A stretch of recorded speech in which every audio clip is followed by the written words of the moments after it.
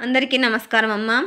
ఈరోజు మనం తెలుసుకుంటున్న అంశం ఏంటంటే 9వ తరగతి తెలుగు ఉపవాచకంలో 11వ పాఠ్యాంశమైన వేదాంతం కమలాదేవి గారి గురించి టోటల్ నోట్స్ను చూద్దాం.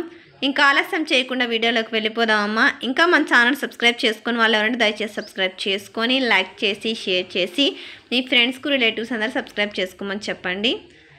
మొదటి ప్రశ్న, కాకినాడలో కమలాదేవి గారు చేసిన సేవను గురించి రాయండి. ఇక్కడ సేవను రాయండి అన్న, కానీ సేవను గురించి రాయండి. ఎవరు? కాకినాడలో కమలాదేవి గారు చేసిన సేవను గురించి రాయండి. తర్వాత నెక్స్ట్ రెండవ ప్రశ్న, కమలాదేవి స్వభావం రాయండి. మళ్ళీ చెప్తున్నాను కొద్దండి మా అక్షరాలు కనుక క్లియర్ కనిపించకపోతే నెట్ క్వాలిటీ పెంచుకొని స్క్రీన్ షాట్ తీసుకోండి. రెండవ ప్రశ్న, కమలాదేవి స్వభావం రాయండి.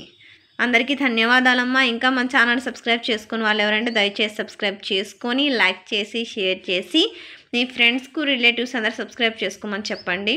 నా ఛానల్ని సబ్స్క్రైబ్ చేసుకొని ప్రత్యక్షంగా పరోక్షంగా సపోర్ట్ చేస్తున్న వాళ్ళందరికీ పేరు పేరున ప్రత్యేకమైన హృదయపూర్వక ధన్యవాదాలు. అందరికీ ధన్యవాదాలు. దయచేసి వీడియోని మాత్రం స్కిప్ చేయొద్దును. ధన్యవాదాలు.